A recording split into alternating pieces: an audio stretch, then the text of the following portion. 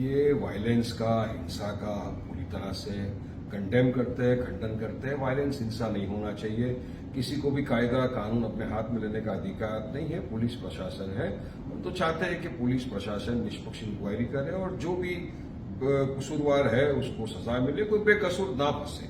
अब आपने 2 FIR register की। एक एफआईआर विश्व हिंदू परिषद बजरंग दल पे हुआ, 7-8 आदमी लोग पकड़े थे, उनको पहले दिन जमानत हो गई। अब और एक एफआईआर रजिस्टर हुआ है, उसमें कुछ 50 से ज्यादा लोगों को अरेस्ट किया गया है, कोर्ट के सामने खड़ा किया है और मैटर सब जुडिस है, pending in the court of law, inquiry हो रही।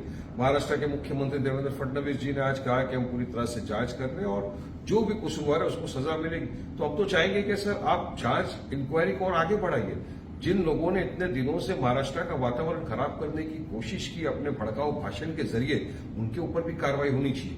ये जो नफरत इतनी फैली है महाराष्ट्र में, ये कुछ ऐसे नफरती चिंटू थे जिनके भाषणों की वजह से इस तरह का माहौल हुआ है, तो अब उनके खिलाफ भी इंक्वायरी कराइए।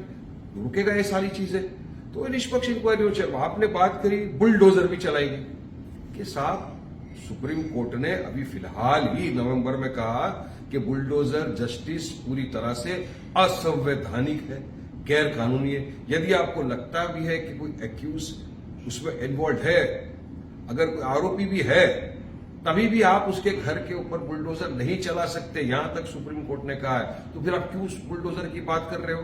देखिए, बुलडोजर से, जस्टिस से देश नहीं चलेगा। देश चलेगा संविधान से, देश चलेगा कायदे कानून से, रूल ऑफ लॉ से।